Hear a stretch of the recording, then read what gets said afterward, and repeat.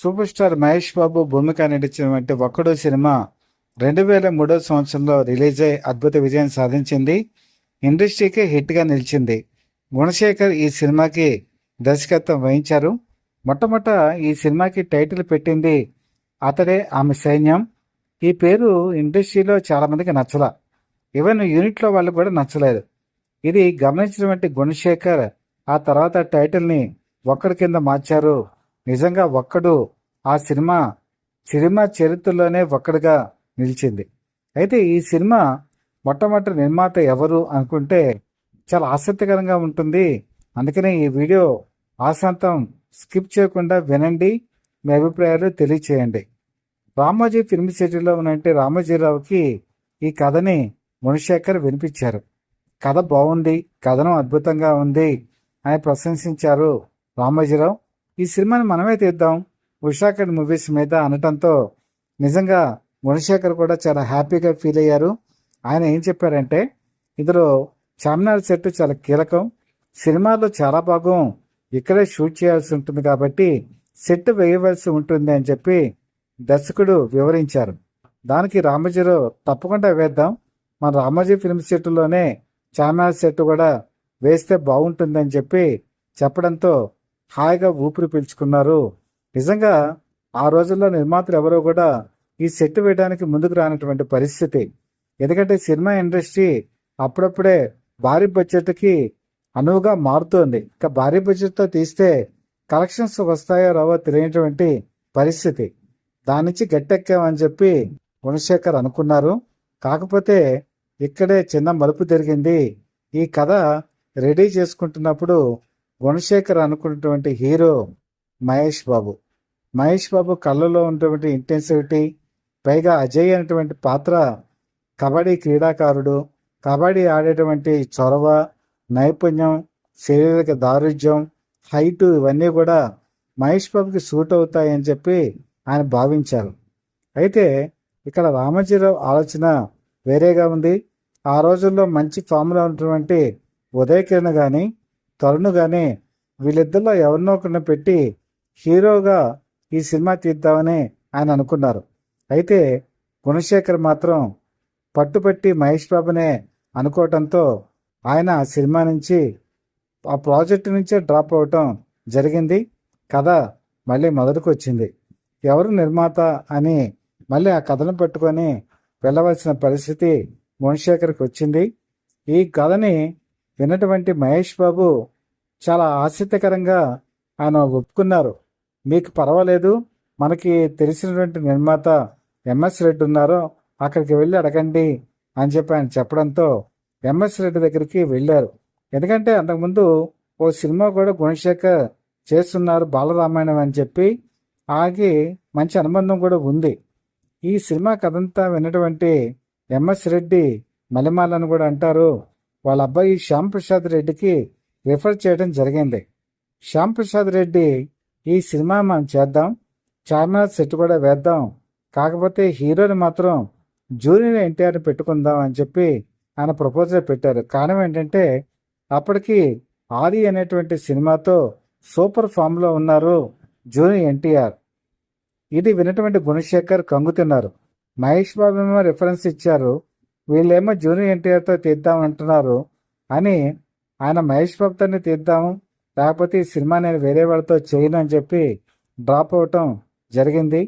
దాంతో మళ్ళీ ఇంకెవరు నిర్మాత అని ముందుకెళ్ళవలసిన పరిస్థితిలో ఎంఎస్ రాజు కనిపించారు. ఎంఎస్ రాజు అప్పటికి దేవీపుత్రుడు అనేటువంటి సినిమా తీసి ఒక విధంగా ఫ్లాపుల్లో ఉన్నారు.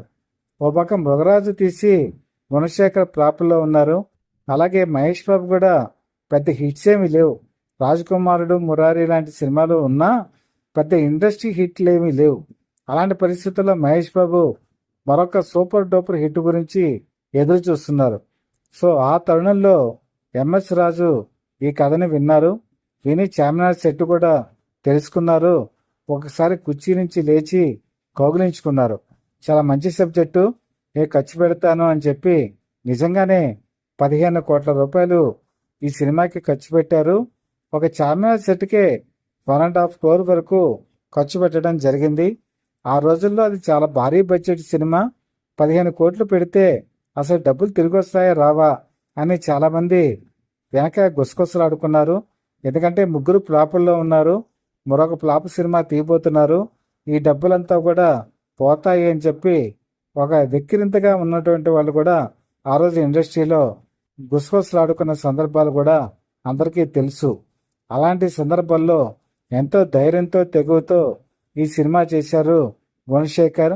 అంతే తెగువతో మహేష్ బాబు కూడా సపోర్ట్ ఇచ్చారు. అలాగే హీరోయిన్ భూమిక ఇన్నోసెంట్ గర్ల్గా, చివరికి ఒక డేరింగ్ ఉన్నటువంటి పర్సన్గా అద్భుతమైన రాణింపు కూడా ఈ సినిమాకి ప్లస్ పాయింట్ అయింది. ఇక విలన్ విషయానికి వస్తే విలన్ ఎవరిని చేద్దామనుకున్నటువంటి సందర్భం వచ్చింది. ఇక్కడ బలీయమైనటువంటి విలన్ కావాలి. అలాగే గోపిచంద్ని అప్పుడు నిజం సినిమాలో విలన్గా పెట్టారు. అప్పటికి అది ఇంకా సెట్స్ మీద ఉంది. అతను ఆల్రెడీ ఒక విలన్గా ఒక సినిమా మహేష్ బాబుతో చేస్తున్నాడు అని చెప్పి అతను అప్రోచ్ అయ్యారు. అప్రోచ్ అయిన తర్వాత అతను చేయడానికి ఒప్పుకున్నాడు. కానీ ప్రకాష్ రాజు కూడా అప్రోచ్ అయ్యారు. ప్రకాష్ రాజు డేట్స్ సర్దుబాటు చేసుకొని ఈ సినిమా చేయడానికి ముందుకు వచ్చారు. దాంతో ఒక సినిమా నిర్మాణంలో ఉంది కదా అని ఇతన్ని ప్రకాష్ రాజునే ఫైనలైజ్ చేయడం మంచిదైంది. ఒక విధంగా సినిమాకి ప్లస్ పాయింట్ ప్రకాష్ రాజు కూడా అయ్యారు. ఎందుకంటే ప్రకాష్ రాజ్ క్రూరమైనటువంటి విలనిజం ఈ సినిమాకి ఒక ప్లస్ పాయింట్ కాగా, ఓ పక్కన టైమింగ్, కామెడీ టైమింగ్ కూడా మనం నవ్విస్తుంది.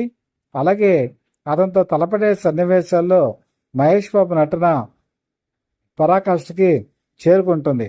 కాబట్టి ప్రకాష్ రాజు ఈ సినిమాకి ఒక పెద్ద ఎసెట్గా కూడా మారటం ఒక విధంగా కలిసి వచ్చింది. అలాగే ఈ సినిమా క్లైమాక్స్ కబడ్డీ ఆట మీదే జరుగుతుంది. ఈ కబడ్డీ ఆటకి 1000 మంది జూనియర్ ఆర్టిస్ట్ని వాడటం జరిగింది. అందులో 600 మంది నిజమైనటువంటి కబడ్డీ ప్లేయర్స్. ఆ కబడ్డీ ప్లేయర్స్తో 11 రోజుల పాటు చిత్రీకరణ చేశారు. ఈ కబడ్డీ ఆటని జాతీయ స్థాయిలో ఉన్నటువంటి క్రీడాకారులు ఎలా ఆడతారు, వాళ్ళ భావోద్వేగం ఎలా ఉంటుంది, వాళ్ళ మనస్తత్వం ఎలా ఉంటుంది, వాళ్ళ స్పోర్టివ్ స్పిరిట్ ఎలా ఉంటుందని మహేష్ బాబు ఒక రీసెర్చ్ చేశారు. అలాగే కబడ్డీ ప్లేయర్స్ దగ్గరికి వెళ్ళి వాళ్ళ వ్యవహారాలని కూడా ఆయన సునిశ్చితంగా పరిశీలించారు. అలాగే కబడ్డీ ఆటని ఆయన ట్రైనింగ్ కూడా తీసుకున్నారు. కబడ్డీ ఆటని ఆడటం కూడా ఆయన క్షుణ్ణంగా నేర్చుకున్నారు.